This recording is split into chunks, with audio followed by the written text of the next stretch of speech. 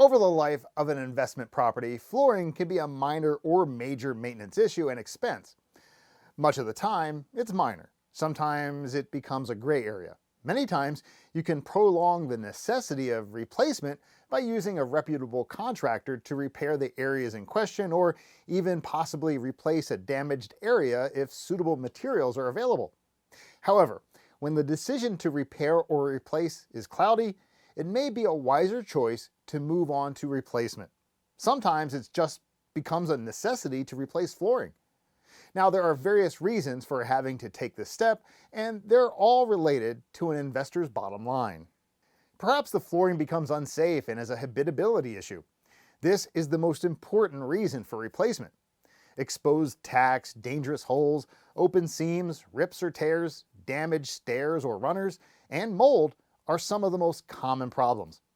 If these or other conditions occur, it's best to act quickly to avoid any other issues.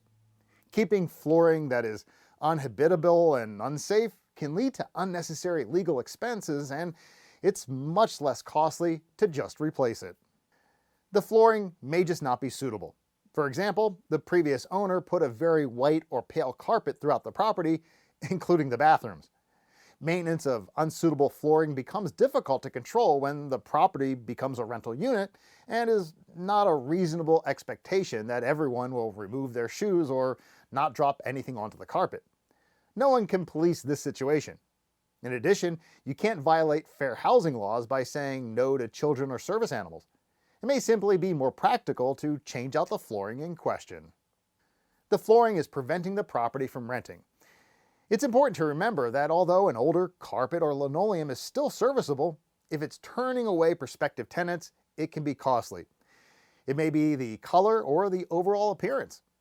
Well-qualified tenants want to live in clean, updated properties. It may be time to stand back and look at the flooring objectively. One question to ask is, if I were renting, would I want to live with this flooring? Another would be, how much must I drop the rent to occupy the property? 2 months of lost rent may pay for a large part of all of the floor replacement. So taking the time to pencil out projected income loss can help. The flooring has been damaged by previous tenants. Unfortunately, it happens, and really there's no way of knowing when a tenant is going to cause damage.